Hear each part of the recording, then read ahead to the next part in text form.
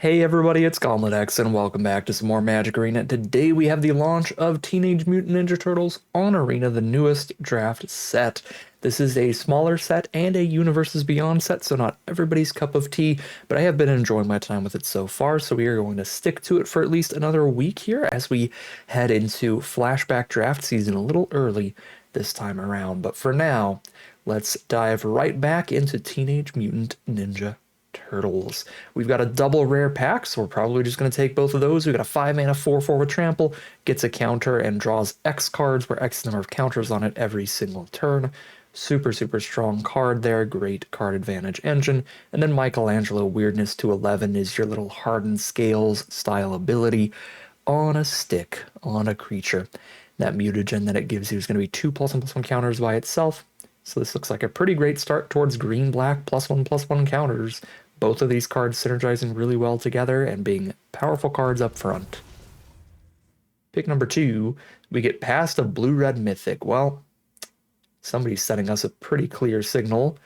That said, kind of hard to grab that after such great Golgari rares here. There's really reasonable on-color cards too, with the Stomped by the Foot in particular. I guess there is really only one particularly good on-color card, so we take the Stomped and then speculate on Northwind Avatar if we get cut off of green and black here. Maybe this was like a triple rare pack. Well, no, there's an uncommon gone here. So they could have taken like a non-blue-red rare and a non-blue-red uncommon. They're trying to push us into that color pair. So we'll speculate on it. If they really force us into the color pair, we'll hop on.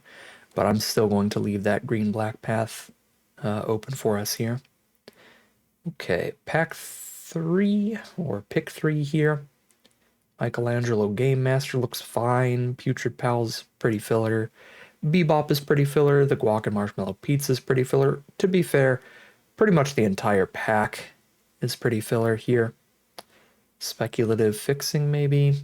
Surveillance Cam's fine for the blue-red artifacts deck. I'm not super pumped about this one, whatever I take here. Let's go Michelangelo and like an Omni Cheese Pizza. That card's pretty flexible. Brilliance Unleashed, okay. There's also Ice Cream Kitty for green-black, though. So green-black with blue-red backup. Yeah, there's only the one good green-black card here.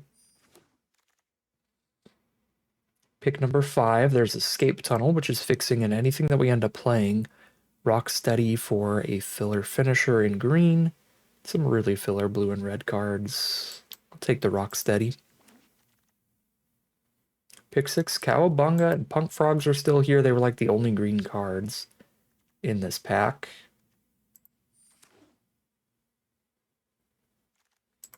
Alright, well, I mean, it looks like we'll be fine to stick to Golgari. Yeah, these are some of the only green and black cards in this pack, too. So I don't know for sure what everybody else is drafting. This looks like a bummer of a pack to open. We got a big 9 mana mythic rare artifact that doesn't really fit in this deck, and then we got like the Ninja Typal Lord here with Splinter. Really doesn't fit in this deck. Death in the Family looks fine, as does Frog Butler for fixing, so we'll grab those. Here we go. Alright, this is a pack. We got Transdimensional Bovine, which is 2 Birds of Paradise in 1. Add 2 mana of any one color. Does cost 3 to play it instead of just 2 to play it, so it's not exactly 2 birds stapled together, but still seems pretty great. Another Stomped by the Foot looks ideal here. We're not very high on removal, so I'd rather grab that than another finisher-y chunky threat. Okay, here's Tenderize for more removal. Looks good to me. There's Baxter. 100% could be the blue-red deck here, but we've also got a great green-black deck. So, again, I'm just going to stick to that. Let's get another mutagen token to synergize with our rares. This pack does not look exciting for anybody.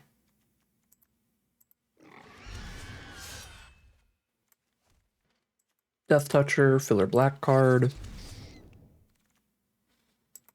Another cryptid, more mutagen tokens is nice.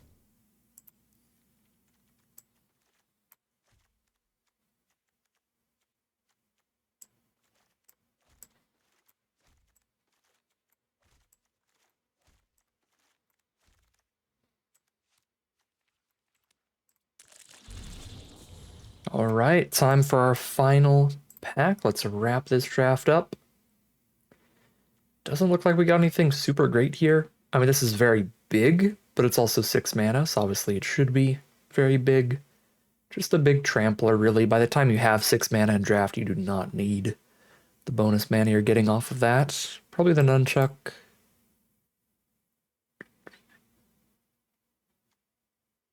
And I guess might as well take Ground Chuck and a Dirt Bag, because there's nothing else really exciting on color.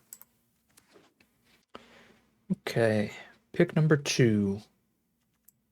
Another cryptid for another mutagen. This Pachyderm looks fine, actually. 4 mana, 4/4 reach, trample, gain a couple life. There's nothing particularly exciting going on with this card. It's not particularly unique, but it's just good stats for the cost. Looks fine.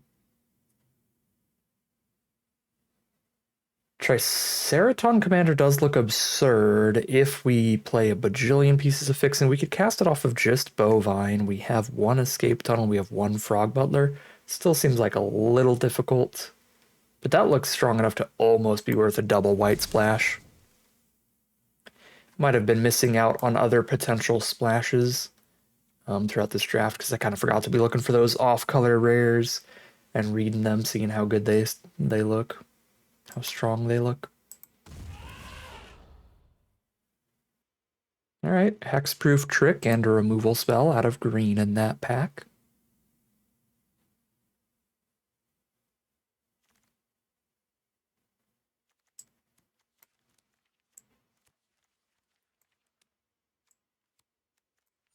Some stuff I won't be playing in this one.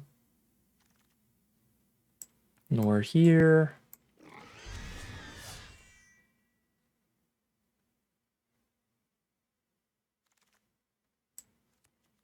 All right. That is a deck here. This looks really strong.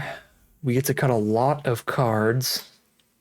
We're gonna have plenty of removal, multiple bomb rares, a good curve. I am into this one. Okay, not a good curve. An okay curve. We needed more random filler 2-drops here. But we got plenty of cheap removal to help out, particularly the ones that we can cast without a creature on our board, like Stomp by the Foot and Death in the Family. These are our 2-drops. We have the defensive speed that we need to not always play a creature on turn 2. Creature count 17 and all these spells. 1 creature or 1 spell is a fine cut. Let's cut 1 creature. Putrid Bowels.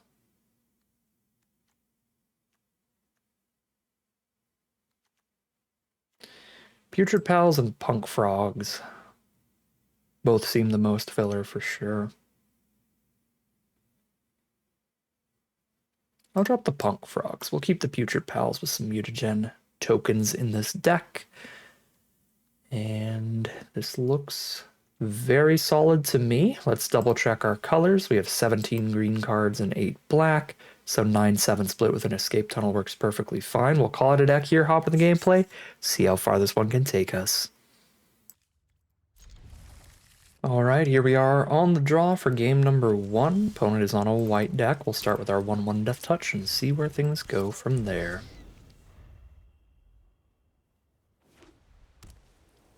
Double Plains, no second color yet. There's April O'Neil, which is hard to block with large creatures, but our Death Toucher will keep her at bay forever.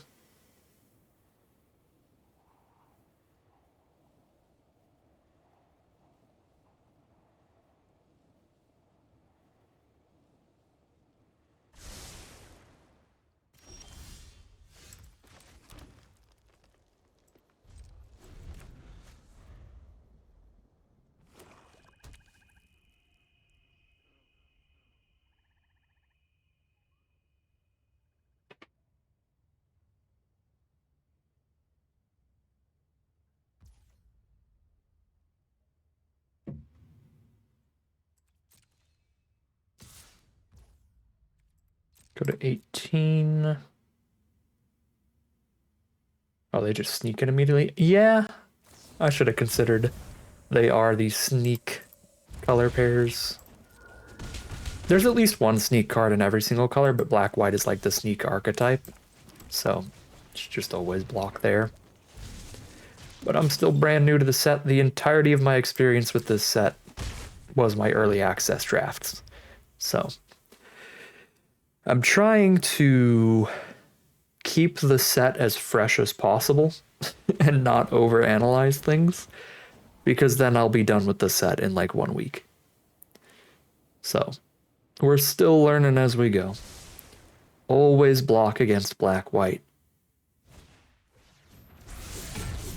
Okay, Leonardo's not that bad if you don't sneak him in. He's just a 2-1 now. Potential first strike, but that's whatever. Get us some chunky blockers here. Hold everybody off.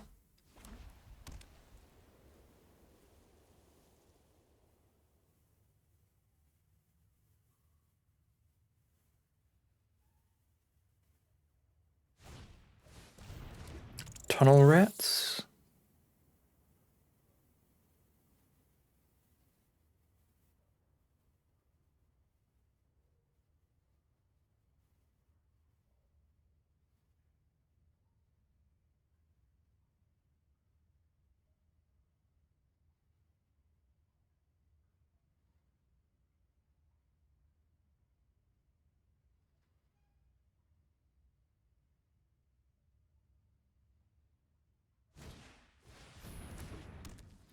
Pacifism on my cryptid.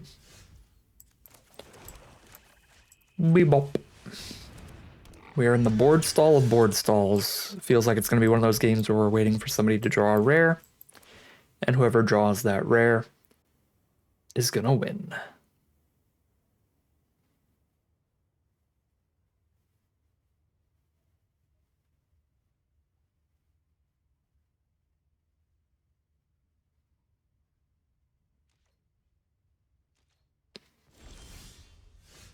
Okay, we definitely can't play the nunchuck against open mana and black-white, because if they respond to it with instant speed removal, they can counter the removal spell half of it, which would be very bad for me.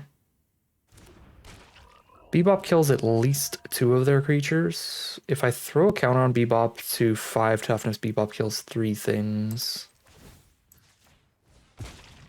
If they try to kill Bebop here.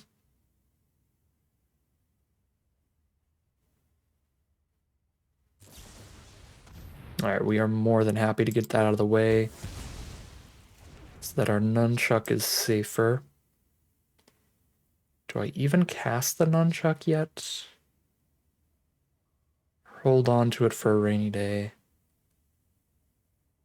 I feel like I need to just cast this and start sending attacks and giving them less time to draw into something.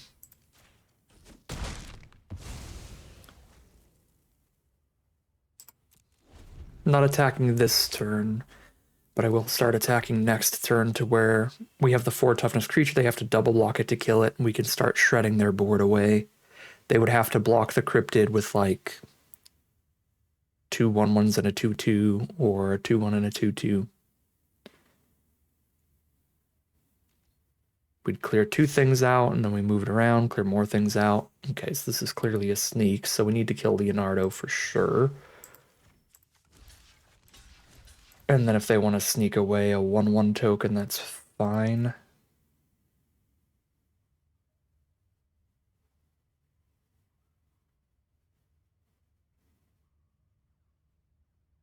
I should have blocked the opposite way. I forgot Leonardo can get first strike. But it's fine. They were 100% just sneaking. Unfortunately, they were the first to draw rare, so we're probably going to die to it. This is the kind of rare that even if I had held onto my nunchuck, I would be in a terrible spot. Because I could fight it away by sacrificing a Death Toucher, but they would still have my own Bebop against me. Yep, I don't think there was a ton we could do this game. Even with a nunchuck held. which at this point has to go on Bovine, so I have a 5 toughness blocker for Shark Shredder.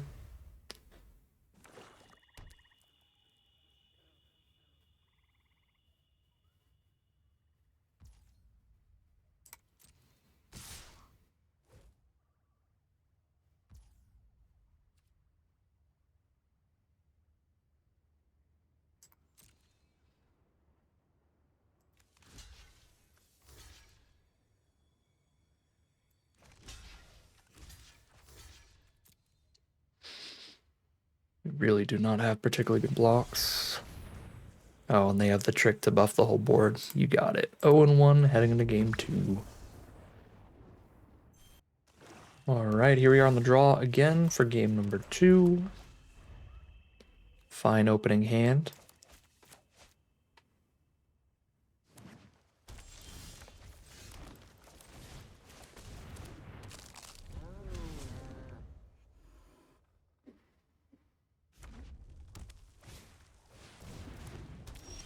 Opponent starts with the Ninja Teen, rare class.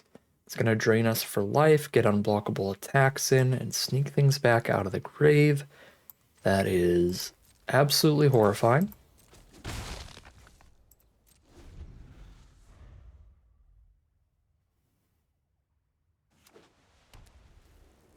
Swamp, forest, mountain, plains naturally. Not a single piece of mana fixing was cast, and they have 4 basic land colors turn 4. Seems good. Now, new generation's technique is going to find the island. That was an incredible draw for our opponent. Having the just every color there.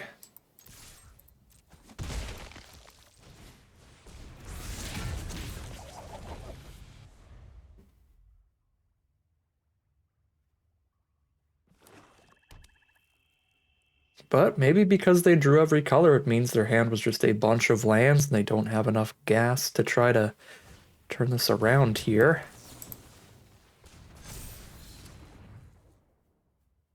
Great work from Saved by the Shell, countering that removal spell. Now they're just leveling up their Ninja Teen. Alright. There's a lot of pressure on them here. They're at 13 life, facing 10 power on our board. We have double removal spell as well.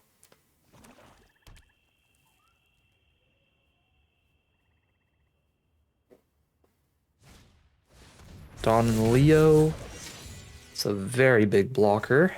Stomp by the Foot can give -5/-5, but not -6/-6. So we'll have to use it as a combat trick to finish them off.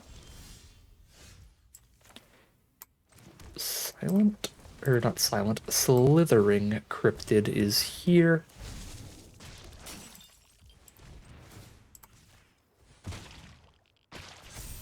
We are jamming. We are stomping Dawn and Leo when they block Michelangelo.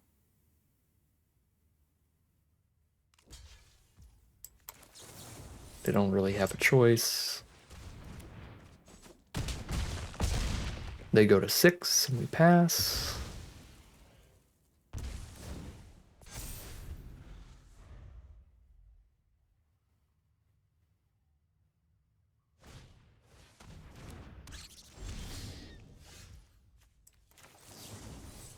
There's the concession from our opponent. Okay. Very threatening start to have the mana to cast literally anything in the format, but they did take a mulligan or two.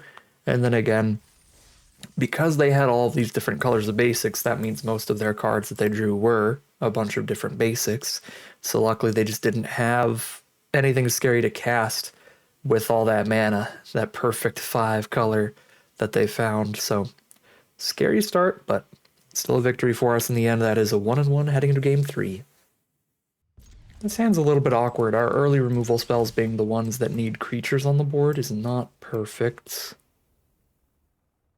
I think I'm going to get this tap land out of the way despite it being able to make somebody unblockable later. Just make sure that every single turn that I want to cast a card, I can. Can play a 2-mana card turn 2, 3 mana on 3, 4 mana on 4. Like if I top deck a 2-mana creature here. Which I did not. Playing against green and blue. The good old Frog Butler. Absolutely adorable.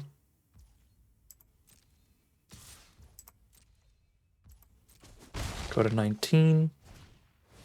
Bebop and Rocksteady. That's large. Whenever they attack or block, sack a permanent or discard a card. Yikes. Oh, well. That works great. Just exile them.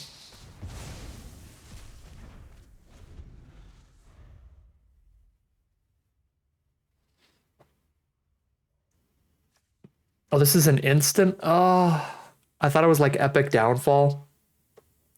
We're learning the cards every single draft, I swear. Epic Downfall is 1 and a black for a sorcery. Exiles a creature with mana value 3 or greater. Death in the Family, 1 and a black for an instant. Exile one with 3 or less. Because it was an instant, what we could have done there is wait for them to declare the attack, then they have to sack something or discard a card, and then after that ability resolves, we exile it. So that was a pretty big miss.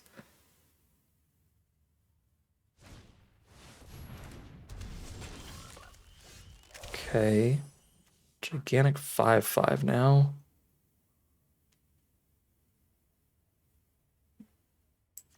Give me a Death Toucher and tenderize the heck out of that.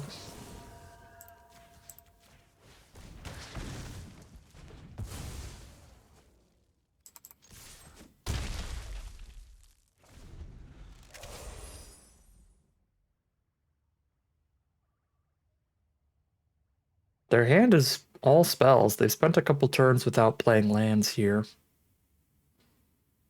There's a lot of action left over there.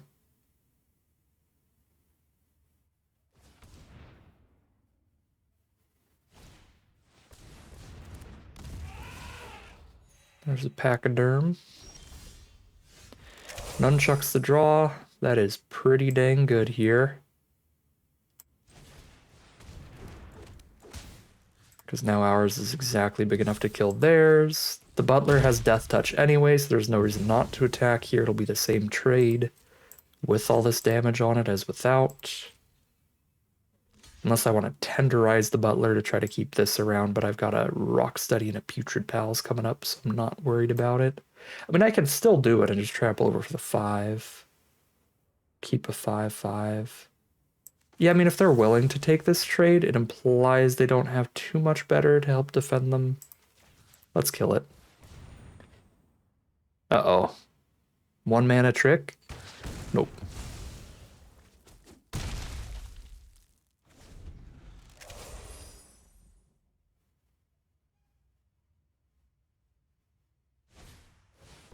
Henchbots. They wanted to trade off their Mandorg and they had a hench. Maybe they top decked the henchbots.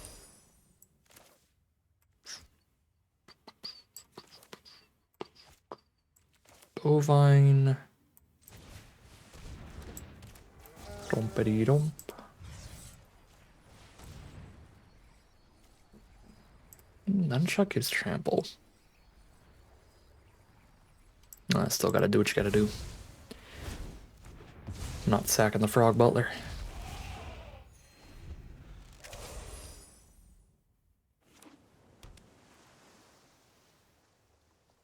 No, the 6-drop in my hand. And if the Bovine dies, I'm far away.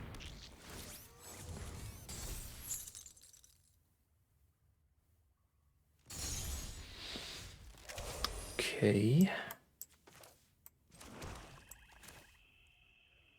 Big old Rocksteady. Pass.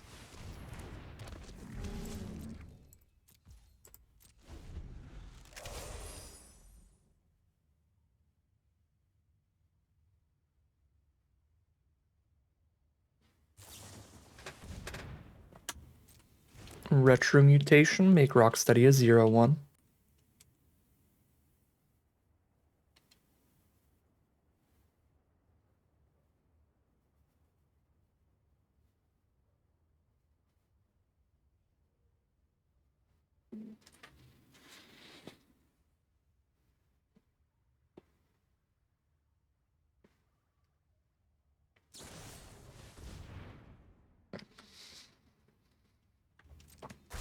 Tenderize the Frog Butler, sure.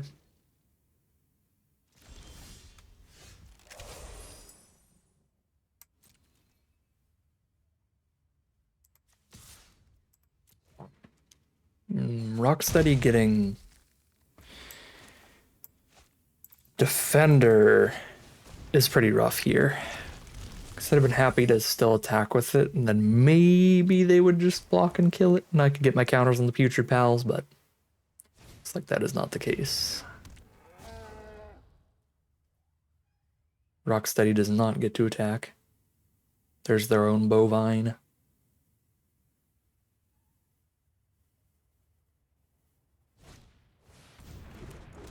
There's their own Nunchuck as well. Trade into our Putrid Pals? Sure, so they're playing off the top, and we have a 4-4 just eating them alive right now.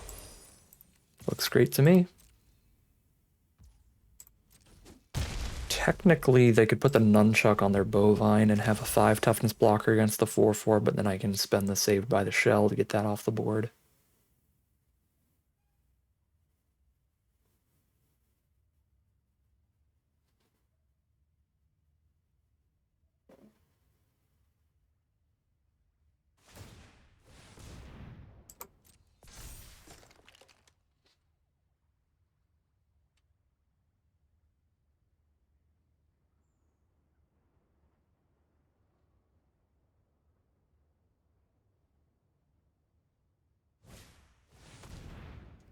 Putrid Pals, okay. This is going to be an even better Saved by the Shell now. That is so lucky for us. That's how things went here. Because that gets them to not hold up the Bovine, instead go for the trade, which then lets us win this combat through indestructibility and still have that +1/+1 counter left behind to attack past the Bovine. Brutal. I was actually really, really lucky that they ended up drawing that exact card. Because that turns our Saved by the Shell into a 2-for-1 instead of just like killing the Bovine. Now it kills the Putrid Pals and beats the Bovine later. That's really good.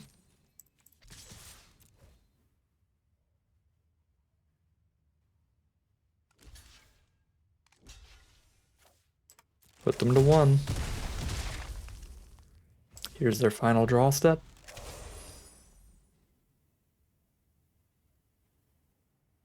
And it is not enough. Good recovery from an 0-1 start. We're now 2-1, at least a 50-50 record on this draft. Solid start here for game number 4. We have Frog Butler to ramp into an early Bebop.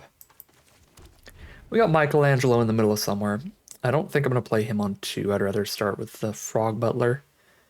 Because I could go Frog Butler turn 2 and then turn 4 cast, or sorry, turn 3 cast 4 mana worth of spells.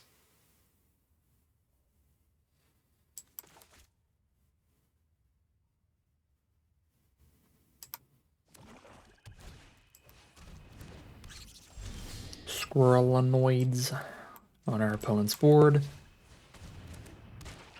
Frog Butler on ours.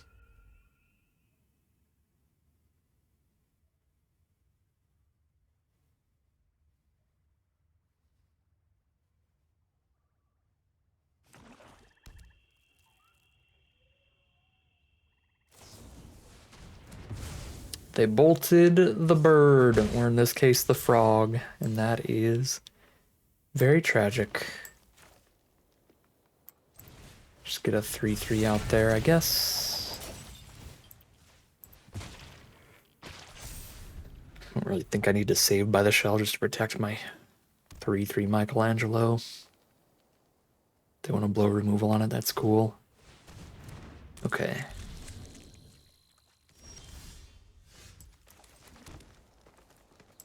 I mean, we send was saved by the shell in hand. Big Michelangelo. Good stuff.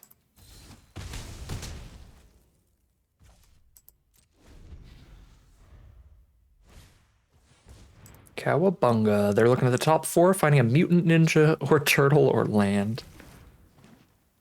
It can't find a teenager, but it can find a mutant ninja turtle.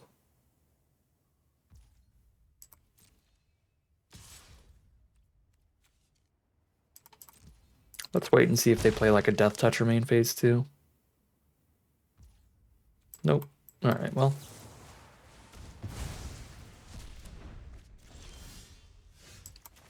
Good draw. We hit the 5th land to drop down Bebop and get a giant Menacer on this board.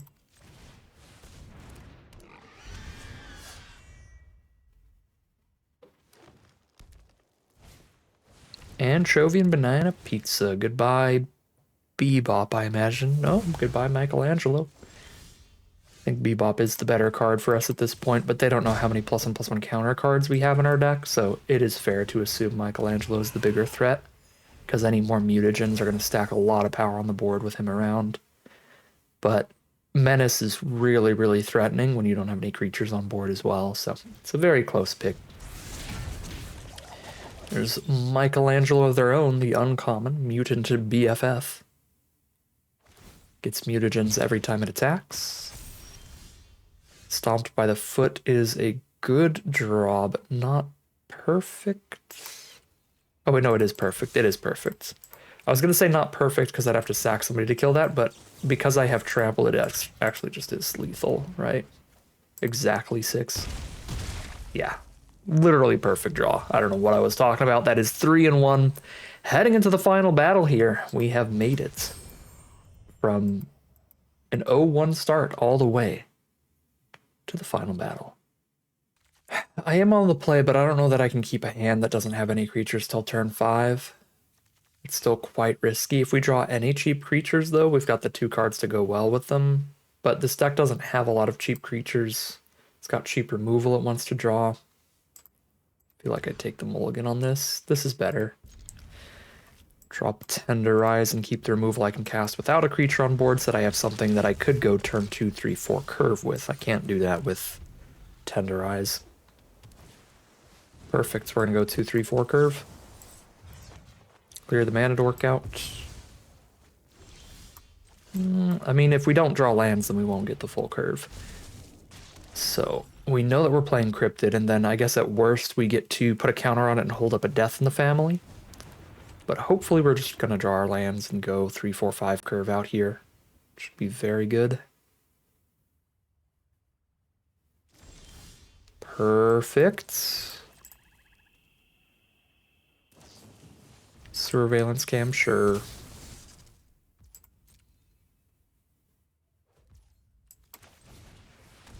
Here's our Pachyderm.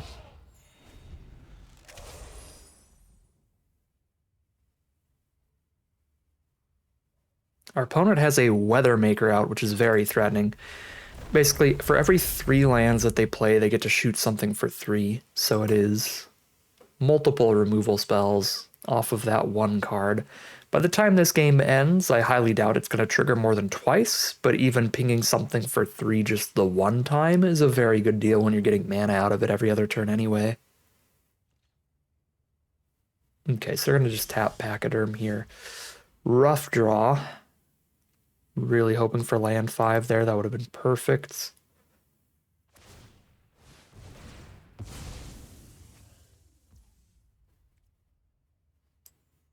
Okay. Maybe I should Swamp Cycle this Bebop and then use that, or I should have Swamp Cycled this Bebop and then use that Mutagen on Cryptid for 1 more damage. Ah, it's a really hard sell, because a 5/4 Menace is a big card, so losing that for a Swamp if I draw any more lands after that would be rough. Keep my options open. Let's see what they're going to do here. But I might just Swamp Cycle it in the end step.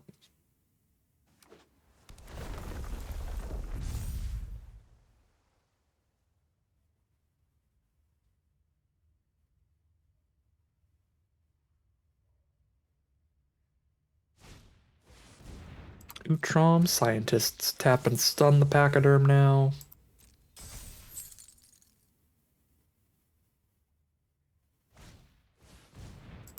Casey Jones, draw a card. Very good 2-for-1 play. Finds Turtle Blimp, another 2-for-1, a 2/2 and a 3/4. We are really falling behind in the card economy here quickly. which means I think we just need this Savanti out ASAP at this point.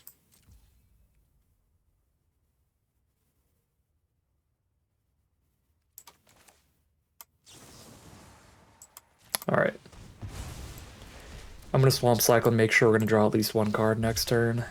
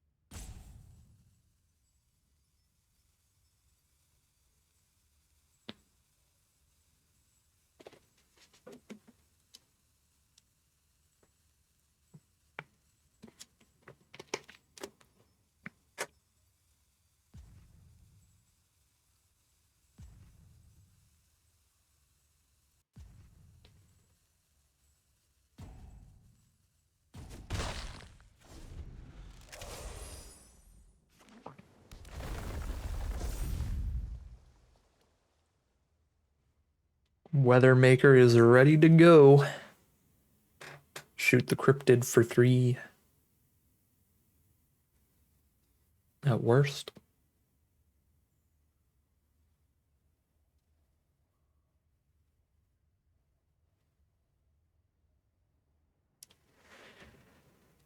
I feel like there's 2 ways that this game can go. They have a way to blow up Savanti and we lose. They don't have a way to blow up Savanti and we win. I think those are the most likely outcomes here.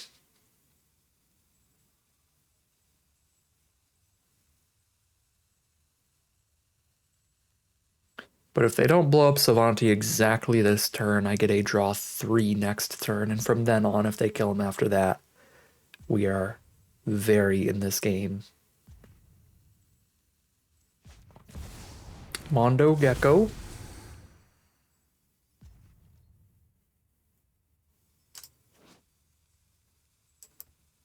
So whenever Mondo Gecko hits us, they draw cards equal to the number of colors that they have.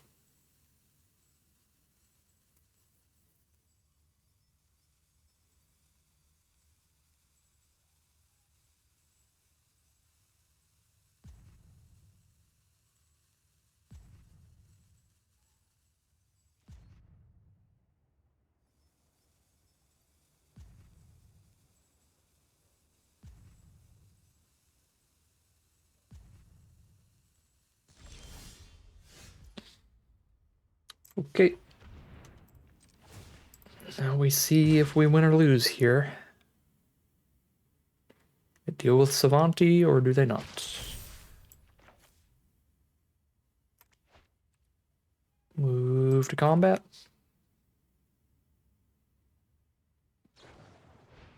They deal with Savanti, so we probably lose. So Weathermaker deals with Cryptid, or deals with the pacified Savanti.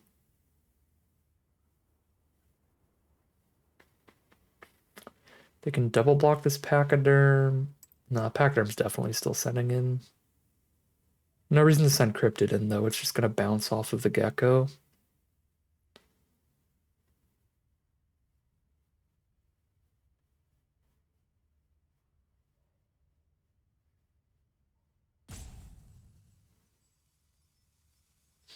I mean, after using that retro thing, they don't have too many cards left, but again, the Weathermaker is still sitting there to clear out another one of our threats.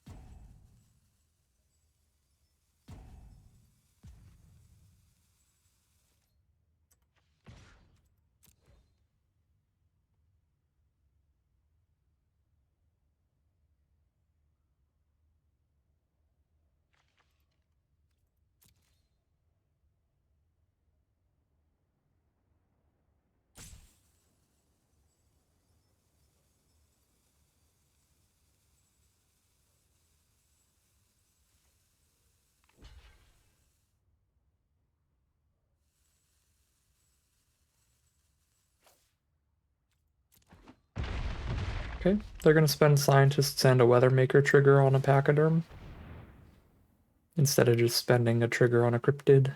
It's fine by me.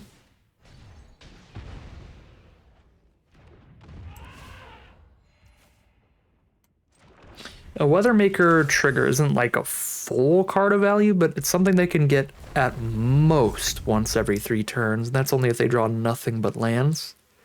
So it is still substantial.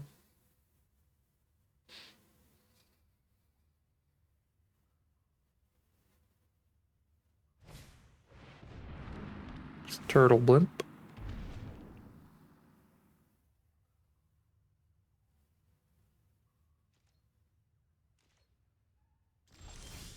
Pass through, we find a Frog Butler. Oh, our attacks suck now. They block with a 3/4 and a 2/2, and we just kill the Blimp. So we drop a Butler and pass.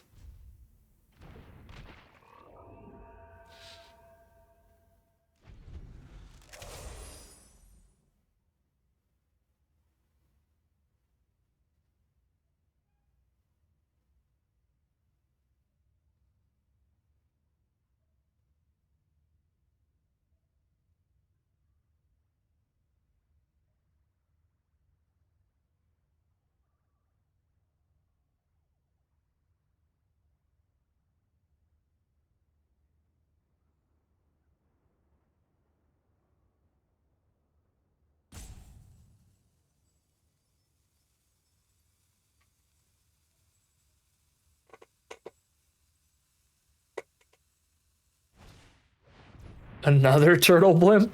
Okay. 2 more creatures off of 1 spell again. Things are getting worse over here. There's a land for us.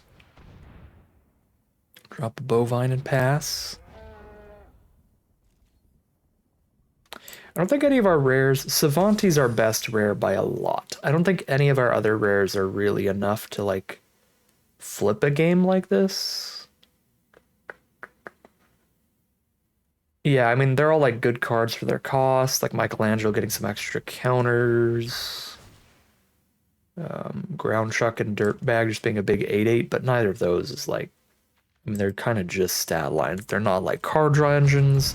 They're not clearing out a path for us. I don't think there's any combination of draws that's going to break through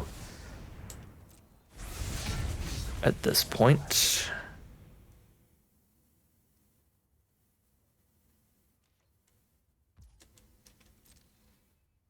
It really did come down to just, did they have removal in time for Savanti? And sadly, they did.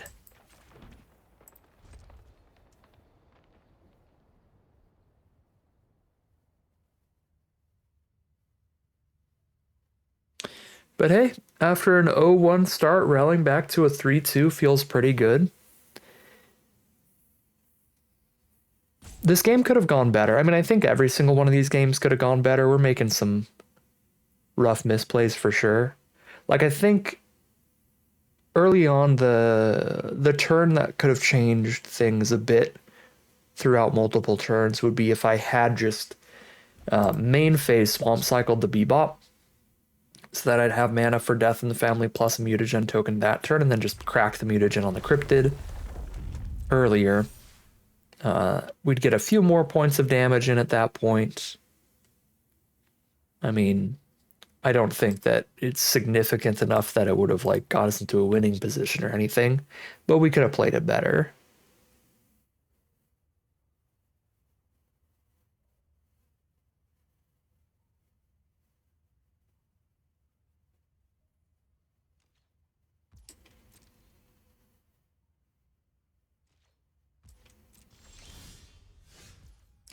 That's actually something.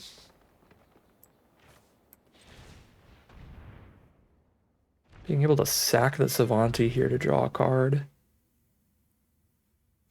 Activate only as a sorcery. Okay, so I can't even hold it up as an instant anyway. Well, here we go. We don't have anything in this deck that'll save Savanti because we don't have enchantment removal or ways to put a card back in our hand. Sadly, the card we draw is a forest, which does not matter.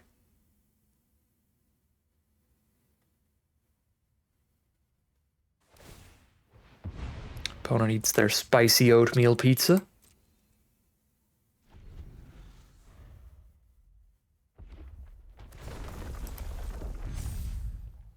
Gets the third counter on the Weathermaker to clear out another card. The 3-for-1 at this point. It's killed 2 of our cards and sat there as a mana rock. Our Death Toucher's gone. Now Raphael can start shredding through our board. Yeah, I'm going to scoop it up there. No combination of draws will be flipping that game around. Let's move on to the next draft. 3-2 will be our record for today. It was a fine draft. Nothing crazy going on. Pretty basic stuff, but that is got to be the case in a lot of smaller set drafts like this. There was a little bit of tension and speculation between being able to maybe move to blue-red instead, which would have led to another fine synergistic deck. It would have had just as much bomb power because it had Northwind Avatar instead of like Savanti and Ground Chuck and stuff. I don't think the 9-mana artifact creature is a particularly massive bomb even in the blue-red deck, but it is fun to try to do something with it with Brilliance Unleashed. But 9 mana is a whole lot, so I don't think that that's actually like the greatest card in the universe. But Northwind Avatar certainly makes up for not having like Savanti and Michelangelo like we had in black-green. So I think we could have had a pretty equally powerful deck in blue-red, but I don't think we would have really ended up with anything much stronger. So 3-2 is fine by me. Perfectly solid draft today. But that is going to end today's video. As always, I'd like to thank my patrons and YouTube members for their support, as well as you for watching the video. If you enjoyed it and you're interested in seeing some more, you can always like, comment, and subscribe to tell the YouTube algorithm to send you some more in your recommended feed. If you'd like to catch me live, you can check out the Twitch channel in the link in the description below. And if you'd like to support the channel directly, you can check out the Patreon link in the description below. But other than that, as always, thank you very much for watching, and I'll see you again soon for some more Magic Arena.